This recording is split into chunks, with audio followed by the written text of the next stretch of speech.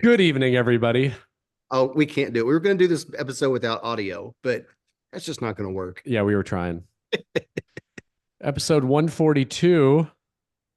Um, I am happy to say that we actually do have a new patron that we need to welcome tonight. Awesome. Awesome. A new apprentice, as a matter of fact.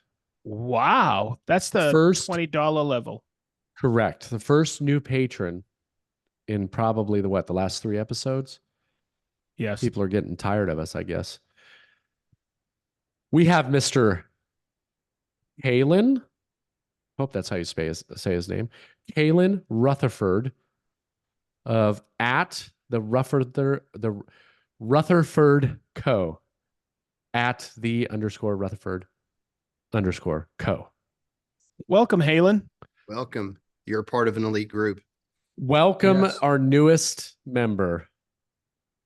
Welcome. And you know what he has a chance for now? Yes. The giveaway, which for the month of June is with our good friends over at Bits. They're giving away 3 $100 gift cards to bitsbits.com. Wow. Hey, Ronnie, really quick. I know you keeping a tally. What are we up to now? Because I know we're close to were 70 million. We were in the 60s millions last time, and we're close to 70 million. Yeah. That's what we're close to of giveaways. Just free things we just give away. And he will be getting, our newest patron will be getting his Festool and Tool prize pack delivered to his driveway. I hope you have a pallet fork or something like that, because we just give those away like they're candy.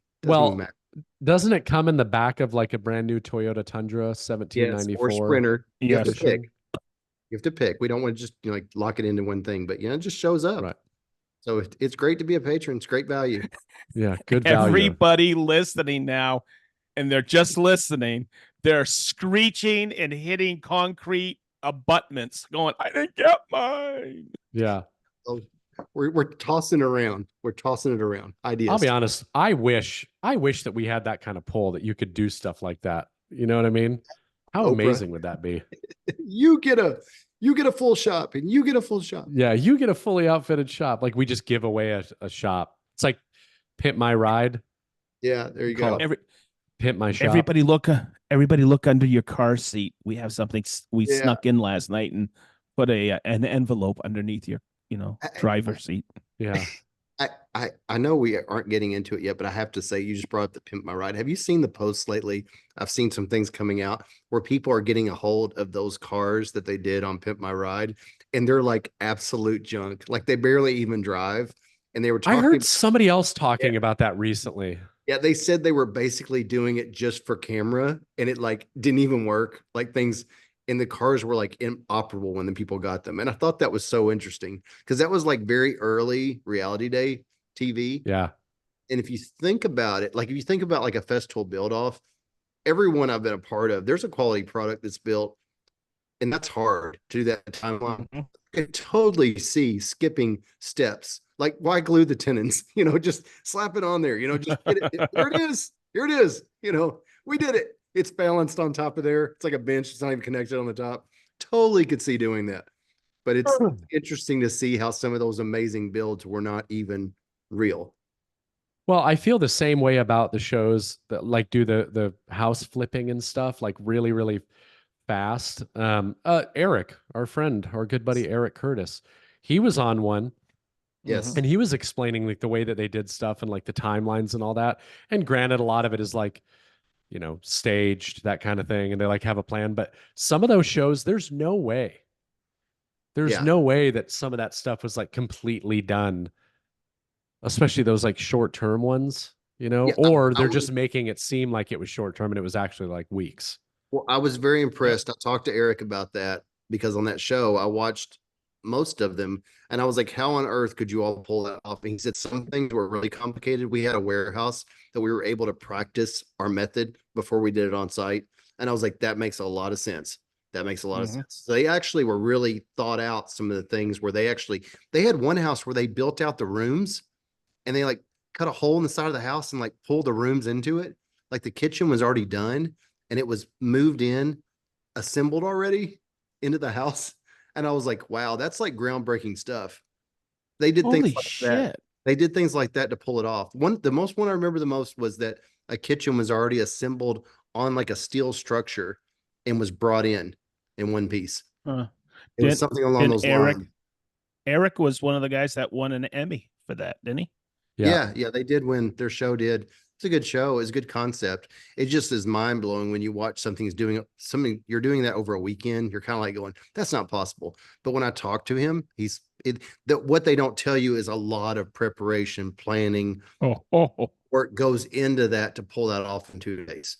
They didn't just show up and do that, Yeah. But And that I is think a he just reality filmed show. another series because he was on Festal Shop Talk with me, and we talked about another new series. I'm trying to remember what it was, but A it's different coming one? out, I think, this year. Yep, it's coming out this year, and Really? it's the concept was really cool. I'm trying to remember it. So like I they always call it, think is it little Eric on the prairie? Is that it? Yeah.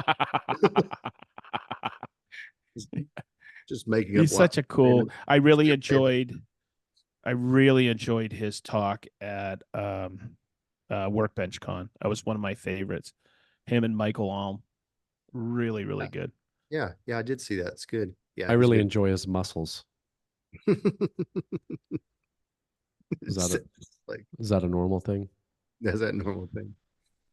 No, that was fun to watch. It's fun to But watch like people. think about like the times where you see people, ripping stuff down to the studs, and it's like they have to put drywall up and then put the tape and the mud and do all these coats and then paint it. And you're telling me that they're doing that in like a day? Yeah, You know what I mean? Like the paint can't even be dry, right? The mud likely isn't dry. I mean, they got fast drying mud and all that stuff, and I'm sure there's techniques around it. But sometimes I wonder. But when you talk about the Pimp My Ride and the vehicles, like all just for show, I mean, you could probably argue that a lot of YouTube is just like that too. true. It's hard. I think it's hard to pull that off as a woodworker. It's hard to skip steps or people will know. You know, Yeah. I think it's really hard. You can tell quality even on a video, no matter how much you shorten or edit it, you can tell. Well, that's not true Well, because everybody thinks that I do good quality stuff and it's awful. No. look at the guys who started the genre. This old house you're wearing the shirt, Ronnie. They Yeah. only did 2 houses a year, Yeah. or two builds a year. They're doing more now because they got larger crews, but it's I think this they old they house, they they had to skip steps. They didn't show everything, right, but they did the right timeline because they knew the timeline. They knew right. everybody, was paying attention. I've noticed that this old house method is basically they're like, hey, when you all put this beam under here that's going to support the whole house, let us know. We want to get that footage. And they walk away and they come back and just show that part. I saw something not long ago where they were going to use a domino. They were using a festival domino. They were building something. It was like a project. And they're like, okay, we're going to put tenons in this thing. And then they skipped to the step where they were just joining it. They didn't bother to go, okay, we're going to use this tool and we're going to they just jumped right to it because they only have so much time to show in those segments. So they keep it so vague and so brief, but they just kind of highlight. I think they must meet with all the tradesmen and say, what do you think the best thing for people to see will be? And they'll be like, when I put the pattern in the tile or when I put the beam under the house, it's going to hold it up. And they just catch those moments, which is, it's real. It's real. But it's very short. Tommy's on the job site every day. Yeah, you I can mean, tell. I was at an old Victorian with him walking around the house. We were getting ready to do a training on the set. And I'll never forget it. Him and I were walking the house and he goes, you see this? And it's where the staircase came down and the ceiling. He goes, the freaking architect said I couldn't do that. he goes, and he did it. It's the Silva brothers are on that job. They're always on the job. It's So good. it's And that it's his conveys, brothers. they use real people, real tradespeople, and it shows for sure. Yeah. You And know, they're doing it too. They're doing it. Yeah. I actually, because you mentioned like figuring out having somebody that looks at it and goes, okay, this is worth sharing and this isn't. I've started to feel a little bit that way when it comes to YouTube videos on build stuff. But I was thinking about it and it's like no matter which way you go, you're going to alienate somebody. So if you do too much detail, you're going to alienate the people that know all the basic stuff that you're showing and they don't really care to see because like that's just a normal thing. And then if you skip all that basic stuff on how you got to that point, now you're alienating the beginners that have no idea how you did that thing or what a domino even is. So it's like, is it possible, do you think, to find the perfect balance, or is it just like everything else and you're never going to make everybody happy? You're never going to make everybody happy. That's what I think. Jason, I told you yesterday. Chris sent over a video after we shot it. We shot on Saturday, and he's got that because Ronnie, remember everybody had that Osmo, that DJI Osmo, Yeah, I and have Chris got it, the video creators suite with the really good DJI mic. I love that. That has a little magnet in it that Don showed us. And I'm going to tell you, I truly believe it was shot with that, but also did B-roll.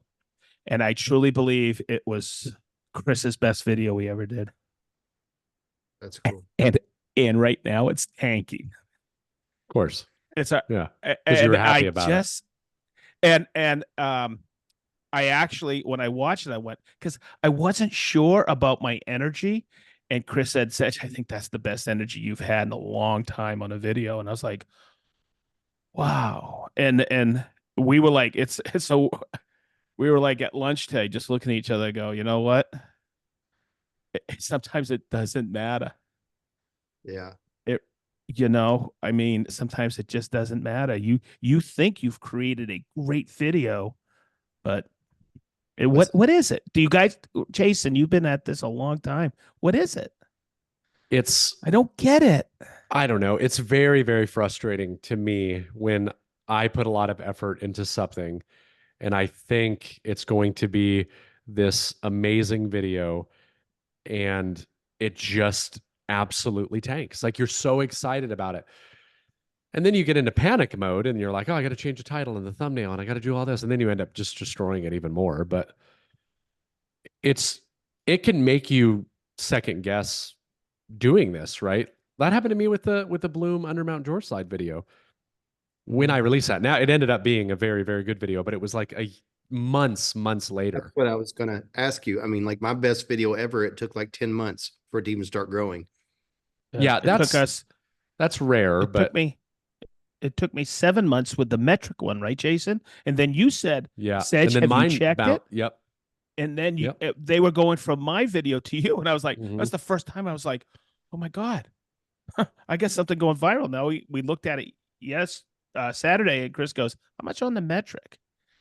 And I was like, oh wow, we're at 170 on that 1,000, and I'm like, still cranking, and I'm still answering comments. I answered one right before I got on here about metric. You can tell what videos are hot by what questions you're getting on the videos. You can tell. Yeah. When you start getting on one category, like this one's going pretty strong because I'm getting like daily questions. You can tell. Yeah, well, that's how I've noticed a few times that like I had a video that all of a sudden just started going crazy because boom, you'll get all these notifications that people are commenting on the video like you just released it. But it's a real, kick in the gut when you put a lot of effort and you really, really think something is going to go well. And then, I mean, because there's just no way of knowing. There's just no way of knowing. I mean, there's things that you can do and there's people out there proving it and there's people out there that are crushing it every video. But I don't know. It's very disheartening, especially when you bring sponsors into it. Right. That's a lot of people don't understand, sponsors is easy and all that stuff. But man, as soon as you bring sponsors into it, the amount of money in which you make or that they offer you is completely based off of, from my experience so far, it has always been based off of whatever your average views for the last 10, maybe 15 videos has been, usually 10. And so regardless of how well your channel did, 6 months ago, if your last 10 videos have all had less than 100,000 views, well, they're going to take an average and they're going to pay you accordingly. And then if you don't perform, then guess what? one of two things is going to happen. They're not going to do it anymore, or they're going to give you less money until you can flip your views around. So it adds a whole nother layer. So then it's like now it's not just like you getting ad revenue. It's now you're thinking of like, okay, how can I make this continue to happen? So I'm not chasing a bunch of sponsors that I don't want. I want to stick with the ones that I like. You know what I mean? It's funny. Very frustrating. Just a reality check. You're talking about 100,000 views. Fine Woodworking Magazine probably would be happy with 20,000 views. You know, Oh yeah. And they're like saying, oh, it didn't have 100,000. 100,000 is more than like a publication gets. Probably any publication gets. It's amazing how the world has changed and how the metric is different on electronic views versus paper. Well, Yeah, the sad thing is it's, you get a lot more reach on the electronic side than That's what paper, I mean. and it's cheaper. And it maybe it's turning, but they pay more still, I think sometimes for paper advertising than they do for Always. electronic. Yeah. yeah. I just picked up. It was in my mailbox at work, and I just want to let you guys know. I think my audio may be better because when I had taken my earpods out, it's turned off my microphone. No, So I it's just No, switched. you sound fine. Okay, so Jason, I was pleasantly surprised. I opened my first Fine Woodworking in 6 months. It was in my mailbox, and I saw an ad in there. You're in Fine Woodworking. Oh, was it the Felder ad? Yeah, it was cool. And all of a sudden I went, I'm going through it really quick looking. I was like, because I go through them quick just to see who's advertising, what's going on in the woodworking. I was like, I see your face and it says, hey, click here to understand the K3. Is that's it awesome. was It's it an really old cool. it was an older one, right? A couple months back? Yep, a couple of months back. Is it like you a still quarter have it? page ad? I think I've seen it. Yeah, it's at work. I'll bring it in. Somebody, I think, sent a screenshot of it. It's like a quarter page ad. Is that what it is? Yeah, quarter page ad. Yeah, I've seen it. I They was like, I didn't did, know. and I totally forgot to go get a copy of it. That's why I was asking if you still had it. Yeah. I have one you can have. It's really cool because I didn't realize how you looked without clothes on. It was pretty good. Right. Yeah, boy. It was, oh, you got the Fine Woodworking X. Yes. Okay. Yeah, that was a Yes. different ad. I thought we were talking Uncensored. about something else. Holy. Hey, did you ever dance for Chippendales? I did. Oh, Yeah. wow. God. Ronnie's grandmother actually started Chippendales. He did. Really? Well, He did. little She not named so it after the well-known fact. Chippendale furniture line. Mhm. There's Boy, that actually- red Yeah. red, white, and blue Speedo you're wearing is really good. It's very nice. Yeah. 4th of July. It's Nicole's favorite. Yeah. It's Nicole's favorite. Everything we God. say on the podcast is so true. Yeah. Oh God, I hope not. I have a question for you guys, and this is kind of a good segue into what we've been up to. Do you guys ever have those days where like you're just firing on all cylinders and you are just knocking stuff out left and right, like you Yep. cannot stop? Yep. Like you're not getting sidetracked. You're like everything is Yep. just okay. What else do I need to do? Okay, I've done this, I've done this, I've done this. Now I can do this and this and this. And then you add things that you didn't even know you needed to get done, and just everything is working. That was my day. I don't know why. I don't know if it's because I was out of the shop last week. Every once in a while I have these days where I'm just like laser focused. But I got up, went to the gym, came back, ate some breakfast, and I was like, all right, it's time to get to work. And I like get behind my computer, and I love writing things down on lists, right? Which Sedge, I know you absolutely love to, and Ronnie. So I like wrote all these things out, and then I start knocking this stuff out. And as I'm doing these things, I keep thinking, but it was like the path that I was taking to get these things done, it just all worked. And I feel like I accomplished so much today. And I wish that I could do that every day, but I feel like that doesn't happen very often. Mm. You know what I mean? It's funny you said that because I had a similar day. I didn't sleep well last night at all, barely slept, and I feel like $1,000,000 right now, and I don't know why. I do know why. I always worry when I go to the doctor because I've been going every other month because we wanted to check my blood pressure. And I don't like pharmaceuticals. And I went in, and how you go into a doctor's office and the nurse practitioner takes your, blood pressure. And she said it, and I went, "Yeah, that's not right." She goes, "It is." And I go, "He's going to come in here in a couple minutes, and it's going to be way high. I just know it." He came in, took my blood pressure after BSing with me. It's the same. I was like, I haven't had that low blood pressure in a long time. And I walked out of there. I called Marianne, and she was so excited. Then I went to work. And I think another reason I couldn't sleep last night was Jason, I'm a worrywart. And I was really thinking about my schedule because people have been adding stuff on my schedule, and I'm at work.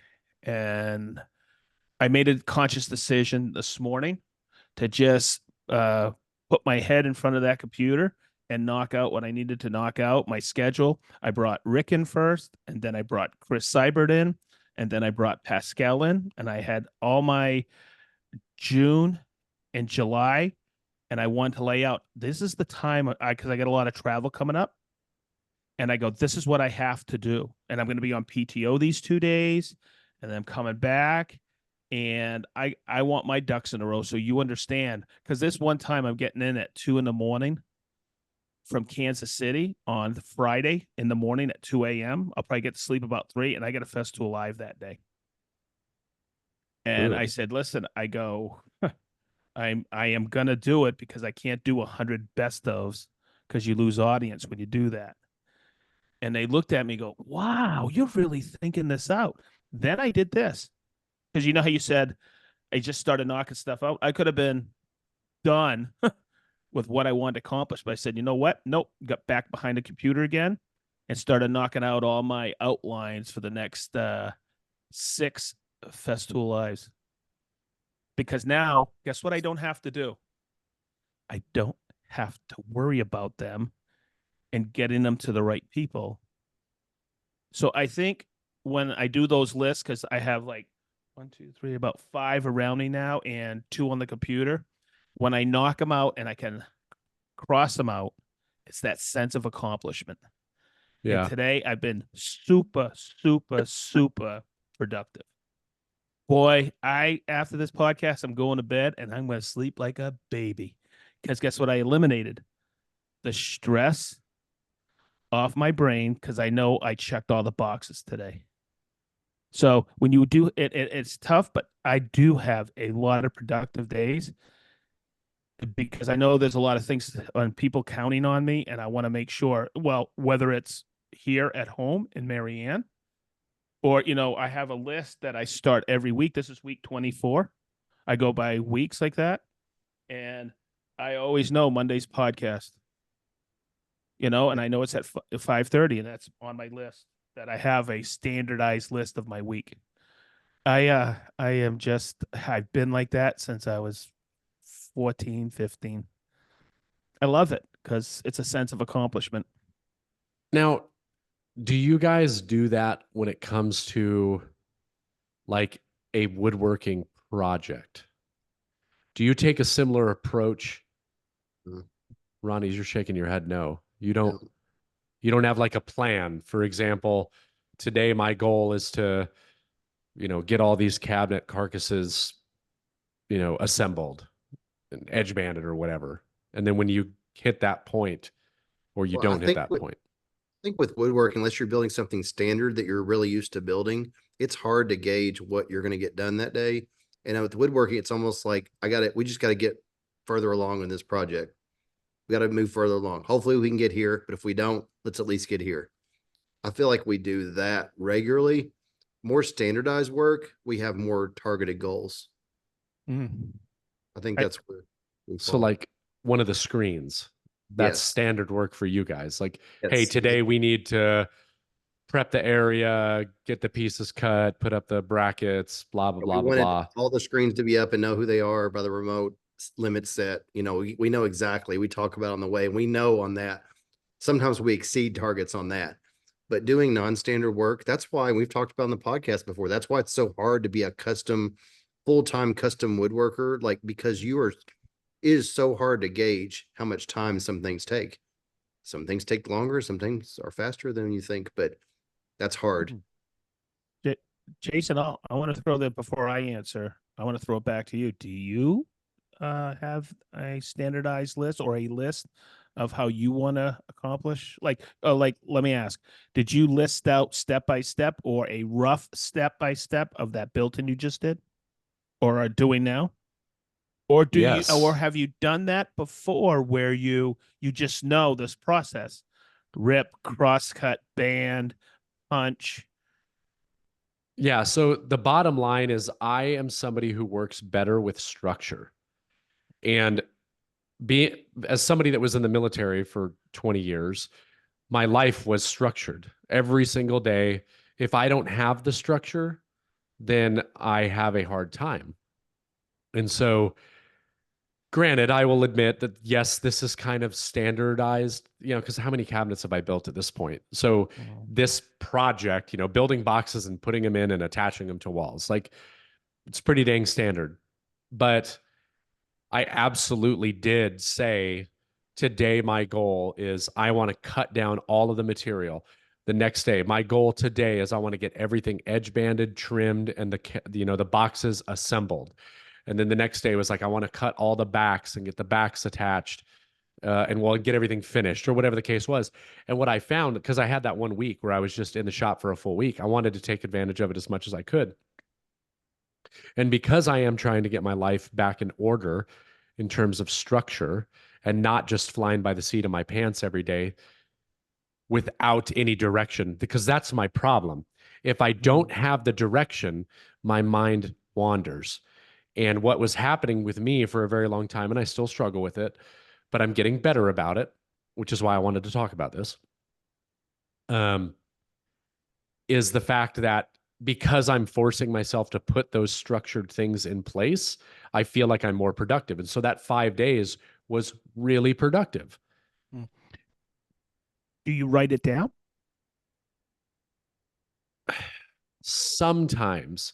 So, like, well, the stuff that I was doing today, like, if I'm behind my computer, 100% every time, Mm-hmm. I write it down every single Yep. time because I'm sitting at the computer and as I finish something, I check it off because I want that feeling of accomplishment. When I'm in the shop, though, I do have a dry erase board, but I never use it. I find it to be an inconvenience, which is Mm. silly because you'd think that I could treat that the same as a notepad at my desk. Mm-hmm. Um, but it's just not I was something I've one. been really I good was about. wondering. I was wondering about the whiteboard. If you like, hey, you walk out and go, okay, rip, crosscut, punch, I used band, to boom. Yeah. in my previous shops. I used to do that, but I don't know why I don't focus on it as much. Again, probably because stepping away from the military, I've let my mind kind of go off on these weird paths. But I'm finding lately that it's really helpful. Like today, I had about 10 or 11 things, little things, cliffhangers, Patreon, all these different things that I needed to get done. Um, I needed to film 2 ad spots. So I filmed the 2 ad spots, edited them, sent them to the companies, got the approval, filmed a YouTube video today, had a had a Zoom call with one of my clients for the shop layout stuff. Like all of these things, like the entire day was Wow. just boom, boom, boom, boom, boom. And it was really cool getting all that stuff checked off. But taking this back to the woodworking side, while I had an idea in my head and I would audibly say, because I don't just like say it in my head, I went out in the shop and I was like, all right, today I need to do this. So it's like I'm reassuring myself out loud, this is my task. And when I do that, it's almost like I'm putting myself under contract. Yes. You know what I mean? Absolutely. I'm doing And this. Yep. so in those 5 days, I got the boxes built, finished, installed, all the hardware, installed the drawer boxes. We're using it now. It doesn't have any doors or drawer fronts or trim around it. That's the final steps at this point. But I'm thinking to myself, like, okay, I got that done. Now, when am I going to start those things? And it's hard, because I'm Oh yeah. Oh yeah. traveling. I mean, I'm flying out I again Wednesday Here, morning, here's here's where I can build on what you're talking about. You talked about having a crazy productive Monday. Both of you did. And I did too, which is awesome. But one of the biggest aha moments I've had in the last couple of years is don't try to have 5 days of productivity because you can't. You Right. can't. You can't. I have one day I try to do. A lot of times it's Mondays. I try to do Monday as my day of like, okay, the van, I threw things in there on Friday. Let me get reorganized. Let me go. The shop needs to be mowed. I'm gonna take care of that today. I'm gonna go to the dump, take the dump trailer, empty it. I'm gonna do these kind of things that have to be done on this day where I don't do it on the weekend. It's not gonna be amazing, like, wow, I got it done. But I don't try to do like 5 crazy days of productivity a week. Because if you do it, you're gonna burn out. So Yes. my target is 3. I try to do 3 days of amazingness. And 2 days I'm mediocre. Yeah. I That's my I goal. I guess later in life I've been listing a lot of what I want to accomplish that day in the shop because I don't have a lot of time in the shop. It's my weekend mornings basically. Hmm. Um, but Ronnie, I'm gonna comp. So I am an orderly person in the shop. I mean, I just know, like, I don't go into detail. I'm gonna rip this, and this. I rip, crosscut, band, punch, and I'll say it again, putting a line through it. Mm-hmm. Okay, and then usually once a month, I'll take all my lists that I have. I got some on my printer here. I got some hot lists here. I got the ones on my computer. And then I do have a whiteboard at work where if I'm in doing something, I can walk over and write an idea. And once a month, and I think I've told you guys this, I have what I call a brain dump. It's usually Saturday morning. And I list it all in one spot. And this sometimes I am so caught up in this. I'll have a list here on, but I haven't typed it in. I take a picture of it. Ronnie, you taught me about notes. I've been using notes a lot. I go back and it just helps the memory. Now, being productive every single day, I know about that. I know about burnout. My full-time job, I work for a company. I have to be productive Monday through Friday for those hours. But there's sometimes I come home and I have that, ah, damn, I want to get out of the shop and do this. But then I walk in, there's Marianne and the dogs, and I go, and I think this way. It's not that I want to be, that's my priority. And she's had a bad day, and I take the time out. I say, no, not worth it. When I say it's not worth it, I'm not going out in the shop. I'm going to be with her. And because she may have had a rough day. Mm-hmm. That is what I have. I'll call it age. I'll call it wisdom and what I've learned over the years. You can have all the knowledge in the world, but the wisdom is learning to use the knowledge. That's your wisdom. And I'm not telling you I'm a wise old man or anything like that, but I have learned over the years to chill out a little. Yeah, You have to have that time. Uh, I'm the last person to have time for. I take care of that between 4 and 7 in the morning, working out and everything from my head, whatever I choose to do that day for working out, because I put pressure on myself in the morning so the rest of the day goes smooth with. And part of that's my meditations that I do and everything like that. I think I've talked about that before. I have learned to make the time for the things that matter most in life, and that's my family. But oh, Jason, I get burnt out, Yeah. well, I'm glad you you pointed know? that out. That's a good clarification. I want to clarify what I said. That is a self-employed person talking who does almost everything on his own. When I Yep. said 3 days of productivity, because like what you said, when you're an employee, you can have 5 days of productivity, but that is because there is a trash collection service that's coming to do your dumpster. There is Yes, a sir. there is this person Yes, that's sir. doing this. They allow you as an employee, which is a luxury. As an employee, you get to concentrate on one aspect of a function and you do it well. And you can do that every day. But my coming from the corporate world, my idea was that how do I have 5 full days of productivity? Do you know how that's done? you spend the weekends doing all the things that are not exactly to my job. And I did that for a long time. And I was like, how do I not work on the weekends? And I finally figured out I've got to do 3 good days. Sometimes it is 5, but I try not to do that because it's way too much. It's too much on my brain. So I try to have like 3 on-site customers at like days at the most. And the other 2 days are at the shop and taking care of administrative things that need to be taken care of. I mean, down to all the trailers and everything have to have tags on the license plates. Seems like it's every 6 months, it's once a year. But that trailer tires, I spent 3 hours last week getting 2 tractor tires and a trailer tire flat that blew out. I mean, it's like that accounted for 3.5 hours, and I was about as productive as you could be. I swung by there, they took care of it instantaneously. But still, everything takes time, and that admin stuff, you can't ignore it. And it just ends up being 3 days a week of productivity, 2 days of taking care of the overhead. And that was a great post, by the way. Oh, yeah. It's funny. Some of those things I record, I'm like, should I even post this? I'm like, people will see I'm a real contractor. I deal with this kind of thing. And also, it started raining as hard as I've ever seen it rain right when it blew. No way. And I went out and I just stood there in the rain. I was coming back to the shop. That was a killer post. I was laughing so hard. Oh man, that was the details of that. I was on a small little country road, and this truck with a horse hauling trailer wasn't giving me enough room, and I had to get over to the edge. And it was one of those places on the road where it was out, like a pothole type thing on the end of the road. And my trailer tire, loaded with gravel, went down into it. And I was like, that's not good. And it was about an hour and a half later, the air was starting to go out of it, and I filled it up. It lasted like half the day, but then it blew out the side. So it put some gouges in the tire. So I did that. And then I had to take care of track. It was like tire day. That was like last week. I had tire day. I had 2 tractor tires that were Two. yeah, they were going flat on me. It started happening last year.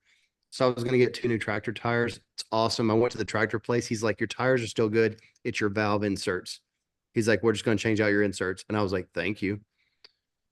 So that was Oh good. my God. Because that's my Yeah. forklift. They But could have made a lot more money off of you. they could have. The tires are $470 each. So I was glad that they saved me on that one. But I really hope that I helped someone out that's maybe newer, because I strive for that 5 days. This month is my 15th year away from corporate world and being full time. Wow. And it was in June, like close to like about now. I believe it was June the 9th, actually. I need to look at that. I think it was June the 9th. But I just beat myself up because I tried for those 5 days of productivity, because coming from the corporate world, that's what you do. Yes. Why can't I do this? Why is it not possible? And that's it. And, some people's option is to get some employees, and then you're taking care of all those aspects, but it just costs you a lot more money. That's and I'm trying to find that balance. But when you're doing it all yourself, you're saving money, but you're not saving time. Yeah. You're not saving time. So you just Yeah. allow for that. You can only get, for example, 3 days of good productivity a week. And that's good. If you're Yep. charging the right amount for your jobs, that's all you need to do is 3 days of Mhm. productivity. That's it. That's it. And you won't burn out, Right. and you'll enjoy the journey. Yes. And I won't burn out my employee that I have for the summer full time. I mean, he's kind of helped me understand some of that. He's like, Dad, why are you trying to get this whole thing done today? Why? Let's just do it tomorrow. We can finish up tomorrow. Why do we have to hit it like 12 hours a day? Let's have 2 6-hour days. He's right. He's Yeah. right. Yeah. He started saying that. I was like, I'm going to start doing that. Good. I think it was because my dad was my helper for many years in the beginning and he was always, let's just stay. Let's get it done. Let's stay and get it done. And I was like, okay. It was during the summer and we would work 12 hours a day, and it's just not worth it. Especially as you get older, you can feel it. Oh yeah. You're dragging. And it's like the recovery is slower. Oh, hey, can I say something? Mary Ann's a little bit older than me, and 8 years. And she would always say, I get 8 years on you. I go, whatever. Okay, so you're 50, Ronnie, and you are 40. I'm and 49. 60. Yeah, you're 50. You're 50 soon, right? Like a week. Okay. Okay, so there's 30 years there. Okay. So it's really funny. I said I'm gonna go strong till I'm 100. Holy crap! Between 50 and 60, Get ready. I thought, oh my God, it will never happen. Oh my God. I hate saying it. The aches, it takes a lot more to recover. I think the biggest thing that I've noticed recently is like yesterday we did the concrete marathon and I'm leaning over the slab It the whole turned out day. very good, by the way. Yeah, it looked great. I had a couple of points of major panic on that, by the way, where I thought, what have I done? What have I gotten into? And I've had that many times in my career. But after leaning over like for 2, 3 hours like that, when I stood up, my back, it's kind of hard to explain. And this must be like a 50-60 thing. It wasn't muscles like a pulled muscle. It was like a tired muscle. The muscle was like, I'm tired. I need to rest. And I Yep. couldn't even sit right in the van on the way back. Camera's like, what's wrong with you? And I was like, I need to rest my back. Yeah, After I slept a normal night's sleep, I wake up, it was fine this morning. It's of so course. strange. Like it used to be a pulled muscle, and now it's just like a muscle gets tired. So I don't want to make this into the old guy channel, but I'll tell you what, when I'm on my feet all day and I sit down, I'm done. Oh my God. I'm just like, I feel my energy just go boom as soon as I sit down. And you know what? To that point, the best thing I could have done today, after yesterday working physically harder than I have in a long time, was getting up and going. And I felt so productive today. I think I loosened up everything and I was ready to go. I mean, I was working that no problem at all. And it's that thing about objects in motion, stay in motion. That is so true. And I think it becomes more and more important as you get older. You start sitting down more and stuff, you will sit down more. You will not be able to get up. You just got to keep moving. Oh, keep moving. That's my Yep. motto these days. Yep. But boy, at the end of the day, it Yeah. feels good to sit down, but boy, my energy just goes immediately. So when I get home, I try to do something in the shop or whatever. But boy, it's When I, excuse me, when I did the flooring in this house, the days that it took me to do that, the first floor, man, by the end of it, my back was destroyed. My knees were destroyed, getting up, getting down. I mean, that's painful. I mean, I have oh nothing but yeah, respect for guys that do that oh yeah. every day. There's no way I could do that. It is. It is definitely hard work. I think too, like going on like trail dirt bike rides, someone who's not, or even scuba diving, someone who's not experienced, they'll use like 2 to 3 times more energy than they need to. I think that's what happened to me yesterday. You learn how to do it right and it doesn't affect you. Like people that ride dirt bikes can ride all day because they're centered, balanced, they're hugging, they're just letting the bike do itself versus holding it and like muscling it around, trying to move it with your arms. You're going to wear yourself out. Same with scuba diving. If you're not neutrally buoyant and you're like, you can wear yourself out, use up all your air. But I kind of felt like yesterday when you're doing a job that you're not used to, you use way too much energy on things you probably shouldn't because you're not used to how to do it. And that's something you got to account for too. Well, Oh yeah. you get conditioned to things. So when I was down in Georgia last week, one of the days I went fishing with a good buddy of mine, and when I was down, granted I was younger when I was down there and I was into bass fishing all the time, but when I first started, like my back would kill me in the beginning of the like before I would even hit lunchtime, like I'd be destroyed. But then I was doing it so much all the time that I basically became conditioned to it where I could Mm-hmm. stand all day long and be fine. Man, I went out. My back's been bothering me a lot lately, anyways. But ooh, by 9:30 in the morning, I was like having to like take a seat, stretch my back, and then I could only get back up for 20, 30 minutes at a time before I had to like sit back down, take a break. And my buddy, he's quite a bit older than me. He's looking at me like joking with me, saying I don't, I can't hang anymore. And I'm like, I'm not conditioned to do this like I used to be, That's what being conditioned. I think that's important. I mean, drywallers, I'm sure they're conditioned Oh, to that kind of thing than the normal person. But how about how about roofers? yeah, Ugh. exactly. I just watched those guys. Yeah. Oh my God. How did they do that up and down the ladder all day and jumping between, dormers. And I was like, oh my God. Yeah. Yeah. It's fun to do new things, but there's a learning curve and a physical learning curve. Well, speaking of new things, talk a little bit about the concrete patio and that mixer. Oh man. Yeah. Because I It's know so- people were interested in that when you talked about it before, and then I saw your story and I was like, oh, that's what it does. yeah, so that is something that I had seen. I saw it the first time on YouTube, and you run into a problem with concrete where they want to deliver anything under 5 yards. You have to pay for 5 yards, even if you need 2 yards, and they just dump the rest of it, or you just let them take it with it. It's a big waste. And I've always been interested in concrete. Like it's one of the things that I think it's because it's something I have to pay somebody to do. I don't like it Yep. when it's something I have no control over. And I'm like, well, come and do the concrete. And I'm just like, you watch it and you go, I could do this. It's something I could do. I can do this. Mm-hmm. And so when I saw the mud mixer, I was like, this is the answer to, what I need for Mm-hmm. small projects, little patios and piers and sonotubes and things like that. And so I got one. I actually got it probably like 2 months ago, but it just now at my mom's house, I had a project. It was a 48-foot long sidewalk.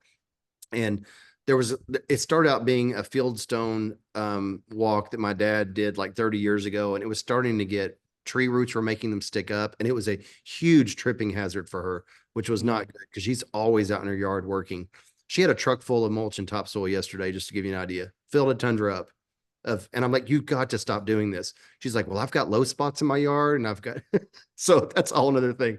So she needed a sidewalk that was flush to her driveway all the way out, just thinking for future too, if she ever had a walker, a wheelchair, anything like that.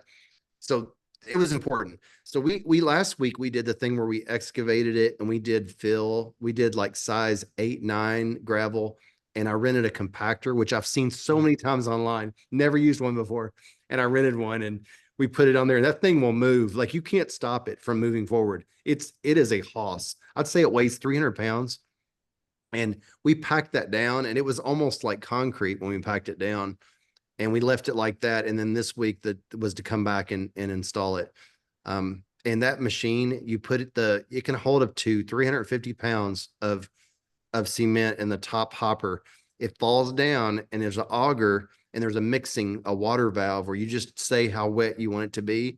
And it reminds me of the Conturo, because the Festool Conturo, for anyone who doesn't know, because the Festool Conturo uses glue only as you need it for edge banding. The powder sets in the hopper and it only puts concrete out as you need it. And that became very valuable to us because after we did the first 20 feet, I was like, you need to stop that. You need to stop it. I need to make sure that we're good here because we were screening. And it's funny when you look at the video, you see the concrete, it looks like it's just barely coming out. It's coming out very quickly. Like it can do 50, 80-pound bags in an hour. Think about that, 50, 80-pound bags in an hour. It can move faster than a 2-person crew can, especially a 1-person. It can move. And Cameron and I both agreed 3 people would have been ideal on this.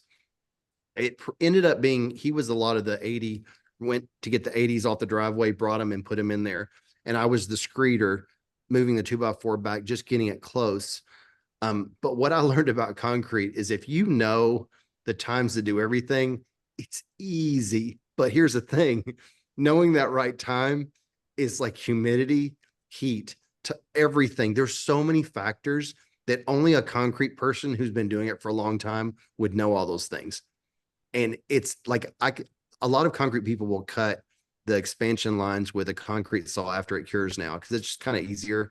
But I wanted to do the traditional way you see on a sidewalk where it has the ramped cut. Yep. And I got to see when I did it from the time that was like over an hour ago pour to like the more recent part of our pour. And I saw the sweet spot.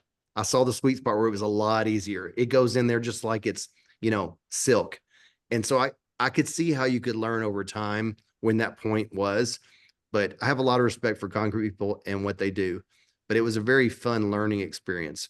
My stress was my mom is extremely picky, very, very much so. And we were about 10 feet into it. And I started and it was starting to kind of cure up on me. And I was like going, oh, this is not good. This is not good. And I just started thinking about thoughts. And I was thinking about this earlier with you, Sedge, when you're like things that get you upset and things. I heard not long ago that like we have 175,000 thoughts in a day, which we can't verify that, but that sounds right. And a lot of the thoughts are things that our brain puts in there that aren't reality. And I started having some of those thoughts going into that sidewalk of like, you're going to mess this whole thing up. All this concrete's going to draw on you. It's going to be a mess. And you're going to end up having to come here and jackhammer it out, renting something to pull it out of here. Your mom's going to think you're an idiot. And they started coming over my head. Cameron's all gladly throwing them in there. And it goes back to where you start thinking everybody thinks you know what you're doing and you don't. but Self-doubt. yeah, self-doubt and those thoughts that come in your mind, and that's what keeps you up at night. But I just kind of started thinking with a clear head, got out the water hose, started spritzing a little bit to kind of keep it wet. And it all worked out, but it was very stressful when you're not familiar with it. But that machine is amazing. It's well worth its cost, especially for anybody who's a contractor that ever has to mix concrete in a wheelbarrow. That would not have been possible to do that yesterday without having that machine. And it sprays out super easy. Just took a water hose and sprayed it out afterwards, and it cleaned itself out, and it's ready for its next use. They reached out to me because I tagged them and they were like, how did you like it? And I told, we had a little back and forth, and they're out of Texas. They're made in Texas, and it's a high quality machine. That machine, I would say, weighs 200 and some pounds, as I had to guess. Airless tires. I've probably watched about 15 to 20 videos since we started talking about it. I just think that's the cat's pajamas for anybody doing concrete that had to do a less than 5 yards, right? Yes. And also there's a lot of videos you probably saw people off the grid that concrete trucks will not come to them. Exactly. There's a lot of people that are building foundations to their houses with those. But also instead of like in Fort Lauderdale, a lot of people pay huge money because they can't get the chutes back, and it has to go up with one of those things to drop it behind. Right. And I would even say contractors could get one of those and just bring it right to the backyard, to the garage, and pour. It's amazing.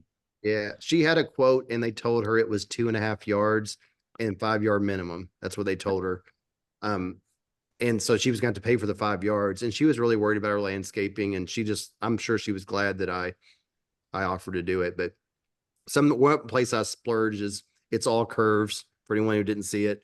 I used PVC board. I mean, that's like using gold. That was like $300 for the form boards. But what's your alternative? What kind of wood can you 1/4 inches too thin? Are you going to bend plywood? What are you going to do? So they make some form specialty bending boards, but I probably would end up spending as much for that, and I don't know where I can get those. So I went with what I knew. I just went to Lowe's and grabbed some 3.5-inch PVC boards, and they bend beautifully. And that was like a project in itself. And they should come off really easy because wood sometimes bonds with the concrete unless you use like a releasing agent. But it was really fun, and I've always wanted to know how to do that. So I was glad to that was actually kind of a fun project to work on. I just hated that my mom was my customer. I'm glad I didn't mess it up. Yeah. You couldn't charge her appropriately either. Yeah. Jobs like that, I usually just charge her cost, which by the way, such low cost. The concrete on that job we had some left over. I would say $375. That was it. I bought $180 worth of concrete tools. I went to the concrete store and they thought I was stealing because they never seen me before. They're like, can I help you? And I was like, well, it looks like you've got everything I need in here. And the guy was just watching me walk around the store. Yeah. And I was like, I grabbed 2 mag floats, a broom, a broom to do the broom finish. Yep. What else? It was that there was something else. It was $187. The seaming tool. Yes. The edging tool, seaming tool, 2 mag floats, and a broom was $185. Yeah. And I was like, well, I'm gonna make a sustainer with concrete tools in it. I say concrete tools. Jason, when we poured that pad, I poured those 2 pads that year, 2020. You remember?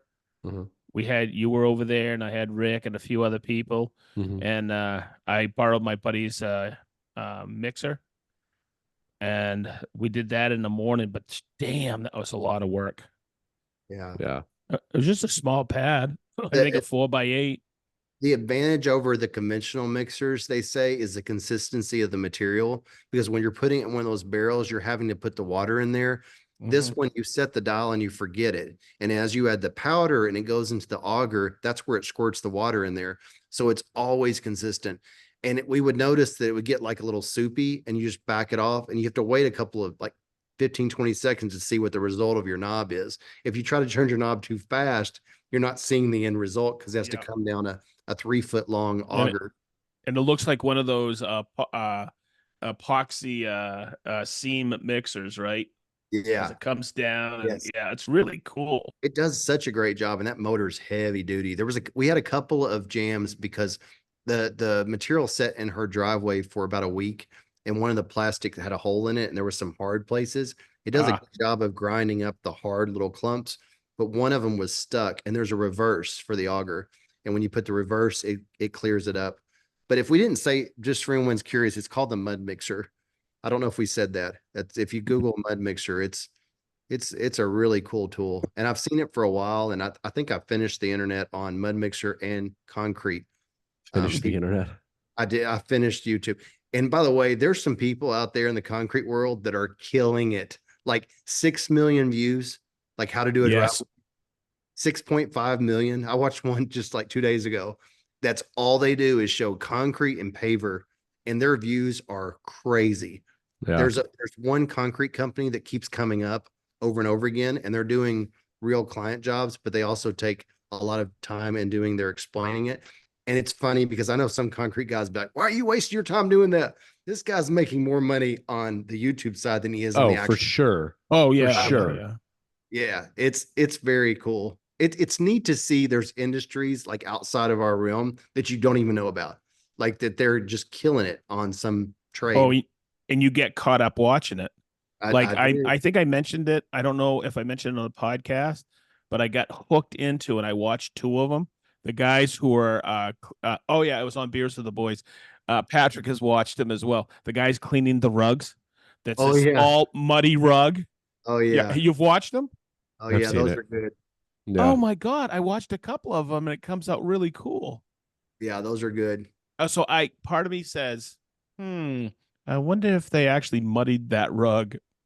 Yeah, that I'm sure they do them for free. There's a guy that does yards for free when they're Yeah. really. I've seen him a lot. Yep. Yeah. I Yeah, he mean, does. think about that. That is brilliant. It is. Uh-huh. Brilliant. It really is. Every lawn mowing company, I'm sure, wants to give them their equipment to use and Oh post yeah. the videos, but the amount of money, because that's very like satisfying to watch, right? Taking a yard that just is completely overgrown and uncovering sidewalks and Yeah. everything else. And this guy is such a genius that he was like, you know what? I'm going to make YouTube videos about this that Mhm. get hundreds of thousands, if not millions of views, and are going to pay me tens of thousands of dollars every month, way more than I would ever make. And who's ever going to say no to them cutting Right. his grass for free? Yeah. You And know the somebody other.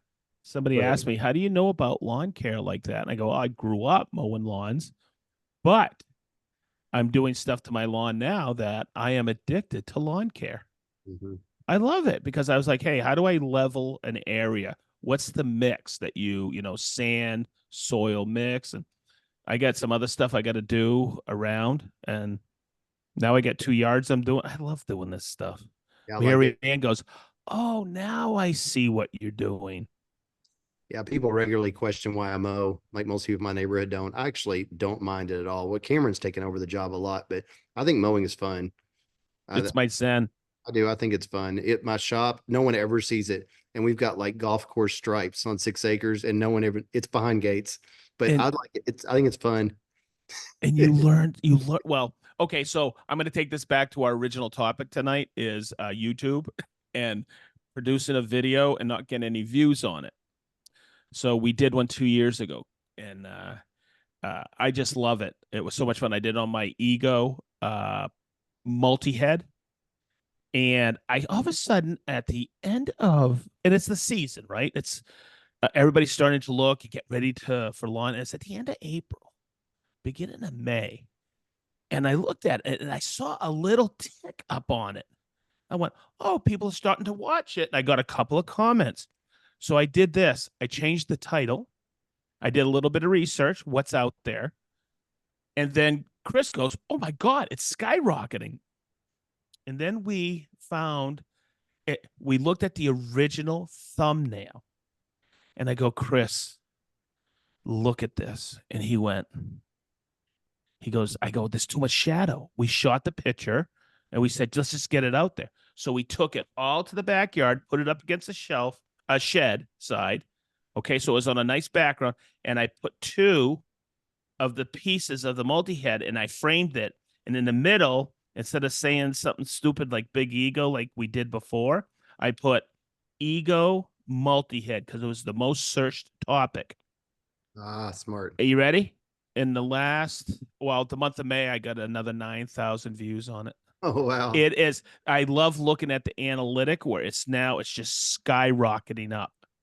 Yeah, it's like if I'm looking for a mud mixer video, if somebody has a picture of concrete steps, I'm going to pick the one that's got the picture of the mud mixer that says mud mixer on there. That's Yes. what I'm going to go after. It's that's important. Grabs your eye. It's But got that's something that Chris and I just go back and forth. He goes, "How's the ego video doing?" I go, "Look at it." And we're both freaking out. The thumbnail and the description changed it. Yeah. So, it's just stuff I've learned from you, Jason, what to do and, don't get too confusing. But there was so much shadow on this. So, in a shoot that day on that Sunday morning, he shot the picture and I go, "Look at the shadows on there." Then all of a sudden the sun went in and we took the picture. There's zero shadow. And I go, "That's it." And it's history since then. It's It's it's funny awesome. how something so small can make such a massive difference. Yes, it was too much. So we've we've been doing some stuff. I mean, we I followed your lead and did a compilation video.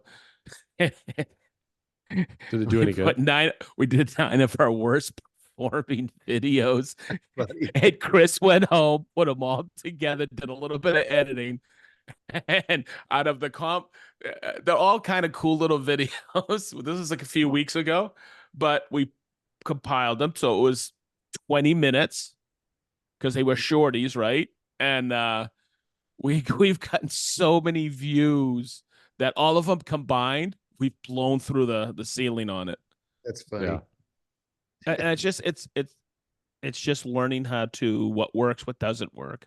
But it's funny, and there's lawn care that I love. So you know what Chris is saying now when he comes over, he goes, "Hey, Sedge, you got a lot of other ego equipment we could do." And I go, "Okay, Chris." I've been tempted to do steel before because I have all their battery Yeah. powered, pretty much all of it. I got their edger not long ago, the for the sidewalk and the driveway. Yep. It's dedicated just an edger. That thing is a monster. It's amazing. So much better than an electric one. A battery powered. It's just Yeah. thing is powerful. So impressive. And I was like, man, I need to branch out, show this stuff. I love it. It's fun. Yeah. And I'll be I've never reached out to ego or anything. I like to talk about what I like. Yeah. It's easy. It's easier to talk about it when you truly like it, for Yeah. sure. Yeah. I'll be honest, since we're having the discussion on the YouTube stuff, I'm starting to get kind of like tired of playing the game. Like it's making me not enjoy YouTube so much, knowing that, my success is going to be measured based on how eye-catching my thumbnail is or witty my title is. Yeah. Or just blatantly Yeah. copying somebody else who's Mm. had success, which I mean, there's a lot of that out there and it's like whatever. But it's starting to get exhausting to do that because now like, and don't get me wrong, like I think everybody should focus more on the thumbnail and the title than the video itself because like that's the first way to get them to watch it. But when you're so overly stressed and frantically trying to change something, like it's really getting to the point where I'm like, Well, man, I kind of just wish I could just go back to, you know, not worrying about that as much and just releasing the videos because I love them. But again, once you get brands and you have obligations involved, it puts a whole nother layer of stress on it. But I am going to a conference in September now, first week of September called Vid Summit, which is like one of the biggest YouTube video conferences that they have, I guess. And I'm hopeful that I'm going to walk away from that event with a second wind almost, and like better information to help me kind of start steering me in the right direction. Yeah, I a checked it new out. energy, a new energy. Checked it out when you said that last time you Yeah. talked about it. I went out there. There's not a lot of information on the web page. It's Not very, yet. it's very like high level. I guess they're still forming, but I did check it out. You know, I thought I've about talked to a just, lot of people that have been, and they're like, dude, like it sounds like it. if you want to learn about YouTube, like this is the place to go. Mm. It's not cheap though. I mean, it's more Yeah. expensive than Workbench Con. Mm. Yeah. But it's not more expensive than Green Suiters Con. Yeah, green. Con, Con. con. Con. You know, Jason, I was thinking when you said that too, you need to look at maybe, for example, one video a week may be too much.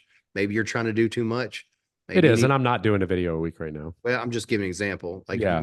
you need to back off from how much you're doing. Cause I think what happens too is there was a time when you were in your full-time career and you did videos as you pleased and didn't really care. You're like, I'm gonna put this one out. And there's some fun to that. Once it starts getting structured, it kind of takes some of the fun out of it. Mm-hmm. You know, Well, here's what's tough, right? I for the longest time I did 2 videos a month, right? And I still try to remain on that cadence if I can. However, I will say that within the past 9 months or so, I haven't necessarily like said, okay, I need to get 2 videos out per month. It's like, hey, if I have the time to do the videos, I'm going to do them. What ends up becoming more challenging is when you do a video and the video does really well and you see that monetary reward in the first week, or it had a sponsor tied to it and you get another opportunity to have a sponsor that month. So you make another video and now you have all of this monetary reward that's coming in. It's really exciting because you want to recreate that feeling. And sometimes you get lucky and recreate it. For the most part, at least in my scenario, I know this is not the case with a lot of people, but in my scenario, I don't recreate it. So it bothers me. Right. But that's what's really hard to like say, okay, I'm only going to do 2 videos a month and I'm going to be more purposeful with them because you will get these other opportunities that pop up and cause you to do a third video or maybe even a fourth video. Right. But if I could just get on that routine again of just saying it's okay to do just 2 videos a month, which it totally is, it's okay to do 1 video a month.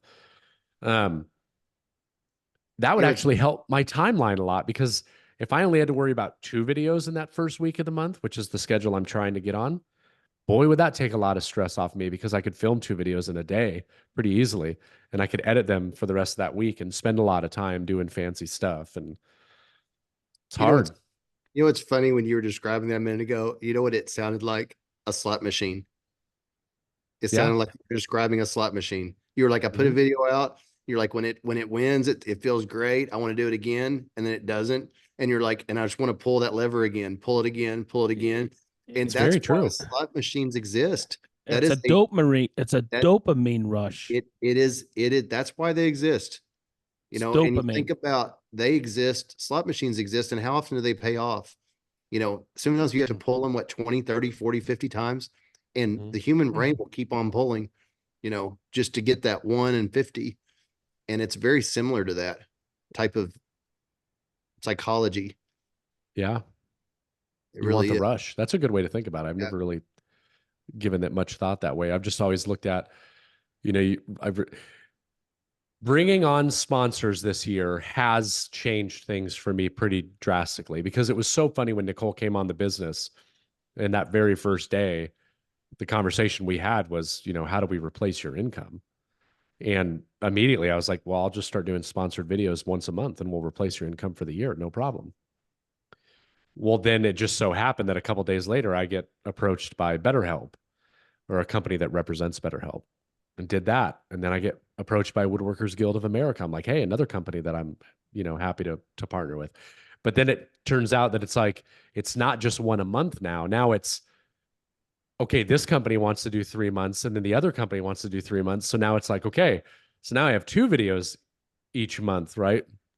And then if another opportunity comes on, it's like, okay, well, now I'm releasing 3 videos this month, but the reward is great, but okay, now the views aren't so great, which means the the sponsor stuff's going to go away, because they're not getting the views that they want. So Yeah. it's a Have constant you back and forth thing. have you ever thought about what you just described? If I had the time to think about it and didn't have self-diagnosed ADD, I would create a chart that had 4 points, data points, what you just described. There's like a crosshair, and it's like if you go to one side, you're going away from the other. You go to this Yep. side. Yeah, if you're doing total sponsored post, you're going to be making a lot here, but everything on the algorithm side maybe will go down over here. You can't hit all of it. You Right. can't. I guess there are people that do it, You got to find your sweet spot. but they're Mhm. sacrificing somewhere. And that's where I've Yep. touched on before too, that I know people like in the whole family side, you may be killing it on this part, but you're not killing it over here. You cannot kill it on all sectors. You can't. You have to pick where it is. You can't hit all sides. Just can't. And if you understand that, it like takes away some stress. Yeah. I mean, and that's one thing. The problem with sponsor stuff is that it's a very fair weather friend type of thing. I learned a long time ago that, working with brands on a yearly basis or a monthly basis is a very dicey thing, because one year they may be willing to do it. And then that next year, it's like, hey, our business model changed and we're putting our efforts elsewhere. And at the end of the day, this is a business and it's marketing, and we're going to spend our money somewhere else. Like, you can very quickly lose a substantial amount of income. I mean, I did with Harvey, like overnight. And it was like, okay. So then that's when I started doing kind of like what you're saying, is going, okay, well, where can I start, you know, getting with companies that I want to back, and then also balancing that with making YouTube content and getting ad revenue, and then also balancing that, Diversifying. diversifying. Yeah. So, and something is gonna go away, and you basically have to plan for that. You're gonna make 30K from one year from one thing, and then the next year you make zero, but now you may pick up 20 in another, so it can be challenging for I sure. learned, The I only thing think, that's for certain is what you own and what you Yes. create. Yes.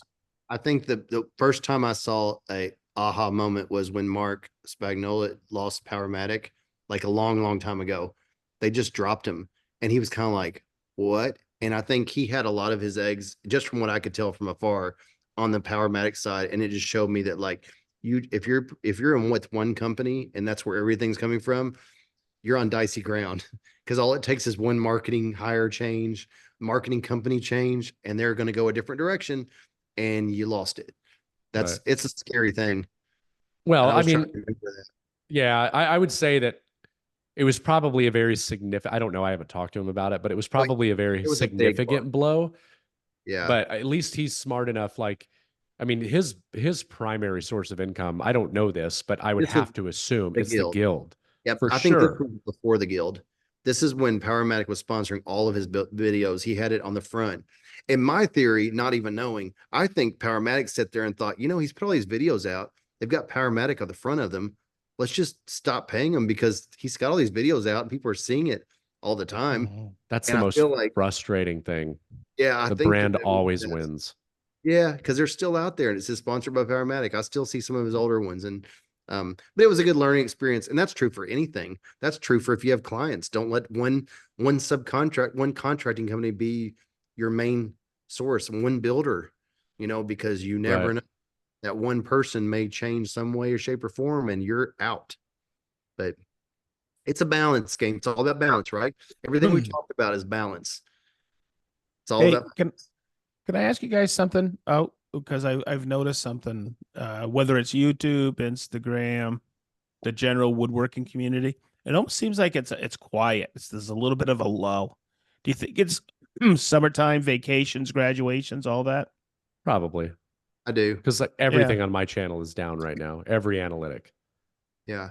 Yeah. I think that I I was just think that wondering. summer's tough. I think Uh, w- summer's, yeah. I call it the because all the contractors are out hammering right now, and I always say it's the summer doldrums. Yeah. It's You hard. know? It's hard for me to get content right now. It was easier at my mom's house to get content. I got enough Yeah. for a YouTube video. I'm gonna do a mud mixer YouTube.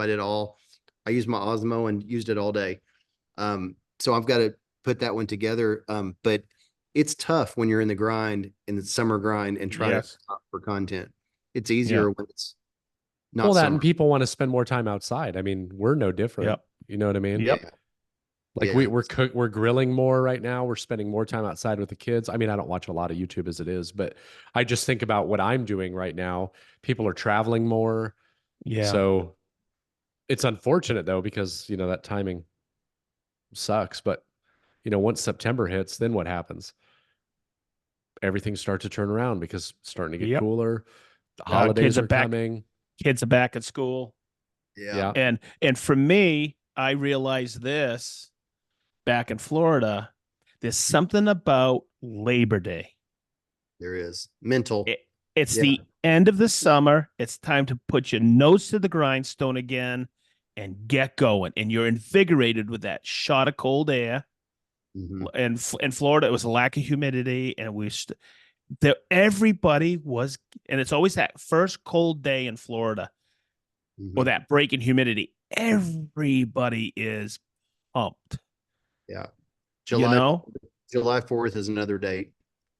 A lot Yeah. of summer people have deadlines in their head, July 4th based. Mm-hmm. Christmas is the other one. I Yep. think that Christmas, July 4th, and Labor Day are the three that I feel like I know that people are going to be calling for updates based on those dates. Thanksgiving, you have to get everything built by Thanksgiving Yes. or built or put in by Christmas. That's a big one. So after fall, Thanksgiving and Christmas are the two deadlines. Yep. Yeah, Sure. Thanksgiving is, oh, we're having people over for dinner. Can you have it installed? Yep. And oh, we have a big Christmas get together. Yeah. All You my know? appointments right now are like, could you get it by July 4th? No. But my first 2 or 3 years, I was like, yes, we can. And Yes, it was we can. awful. It was terrible. And finally I realized, no, we can't. And they're like, okay. Isn't It that was all, crazy? Do yeah. you know why? Do you know why you had to have it in before Thanksgiving and Christmas? People were coming over and they want to show people and Oh yeah. brag, and they Oh want to yeah. brag. Oh yeah. And I used to reward them for their last minute planning, and I stopped doing it. I was like, no, there's no way. And they're like, really? Oh, okay. So that's learning experience, but Mm. that's because it was making my Junes miserable. Mm-hmm. June was awful. I started dreading it. But I that's a big part. That's balancing. We talked about balancing before, and Yeah. that's very important. Try not to overload because it's no fun to overload your schedule. No fun. Well, you know what I know we're getting close to the end here. What I've noticed is that I think on like the last 2 or 3 episodes, I don't think that we've ever actually really gotten into what we've been up to. We kind of just start talking, which is fine. I have no problem with that. I think that that's just kind of how the podcast is going because we're so used to talking to each other all the time. But while we were doing this and we were talking about making lists and all that stuff, I was jotting down things during this episode as I was thinking about them as you guys were saying stuff for tomorrow, right? To put that stuff down. I've tried the Mm-hmm. notes thing on the phone, but I feel like I perform better if I'm actually writing it down on paper, which is I so love weird. it. I love it on the phone. Love it. But Hey, I've got my little list right I'll here. call some. I'll call somebody out. I was at Hartville one time. You guys were there, and it was funny because Jeff from Woodpeckers came into the booth. Remember? Hmm. And it was really cool. And he said, "Hey, Sedge, come over here." And he was looking at a couple of things, and he pulls out a list. And I go, a list guy like me. And he starts laughing. He goes, I go, these kids nowadays. He goes, yes, I know. I'm always telling them write it down so they don't forget. It was Yeah. pretty cool. He's a super nice guy. Yeah, really nice guy. Someone told me Jeff Ferris, his name is. someone told me about this list app that I tried out. It was like a paid trial thing, way too complicated. I'm like, nope, I don't want Nope. this. It was like one of those things where you color code it, and if it doesn't, it goes to the other day and it does this. And I'm like, no, it needs to be a simple check off Yes. list. Don't give me this thing. No, it was too So weird.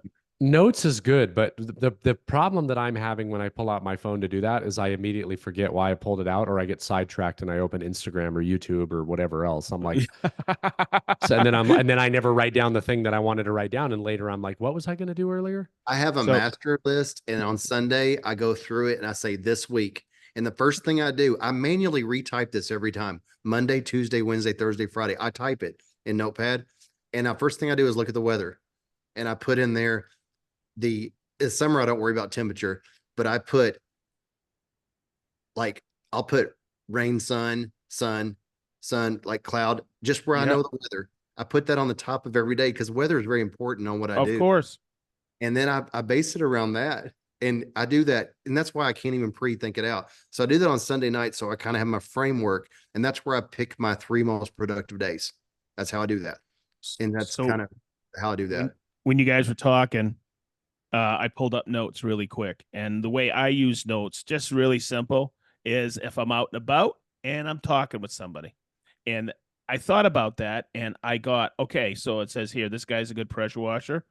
This is something I talked to while I was on the phone with Tyler from Forge 3D. Uh, Also, somebody gives me a good book title. I was at the Woodcraft and they didn't have something, but the owner Joe or the it says he goes, you got to try this wood filler sedge. It's awesome. It's the best he's ever used.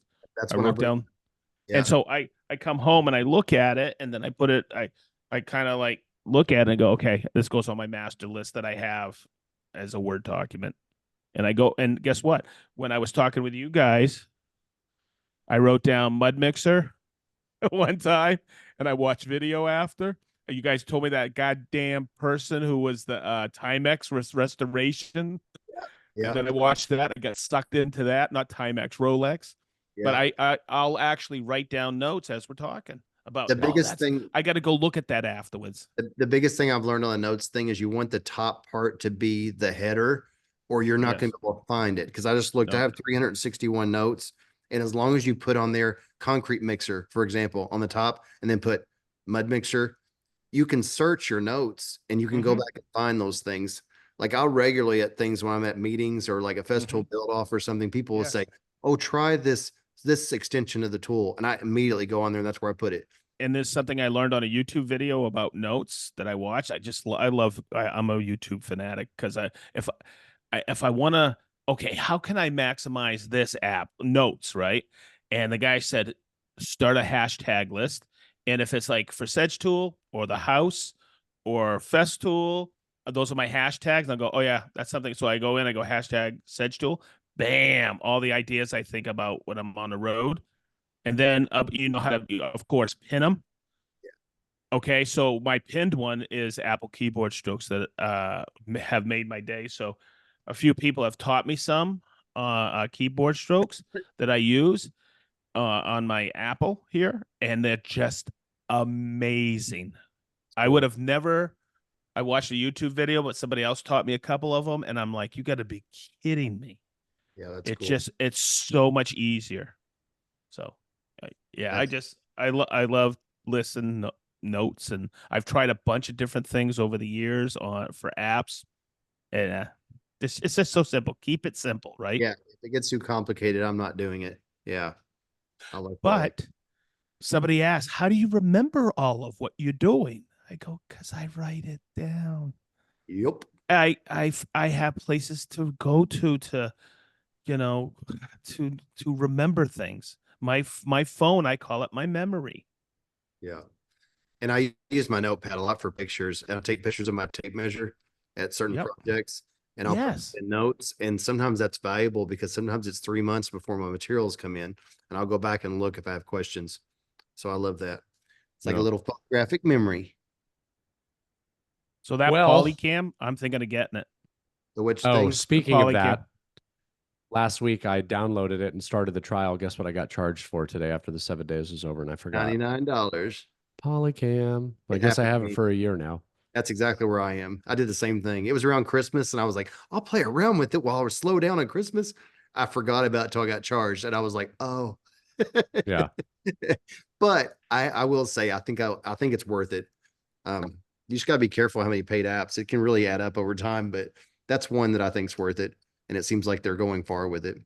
Well, I'll use it when we do the kitchen stuff, and then when we do the basement, I can actually go down there in the basement and scan the couple of walls that she wants me to frame and put up drywall and be like, oh, I know all the measurements to where the window is and all that stuff.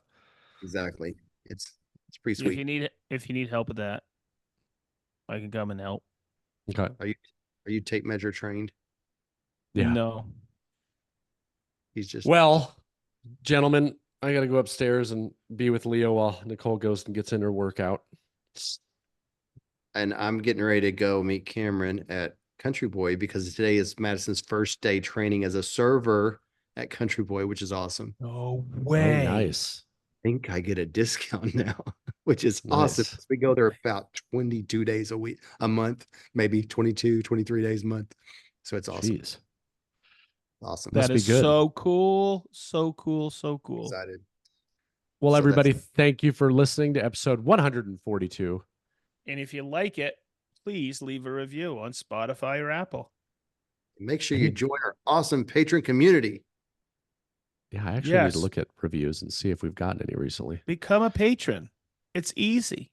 And our Yeah. Discord is more active than Instagram. Yes. It's crazy. yeah. We've got a lot of good conversations going on out there. Yep. Yes. I haven't Check checked it in a out. couple of days. There's a All lot right, of stuff. everybody. Bye-bye. Bye-bye. Bye-bye. Bye. Bye-bye. Bye-bye. Bye-bye. Bye-bye. Bye-bye. Bye-bye. Bye-bye. Bye-bye. Bye. You guys are so weird. Bye.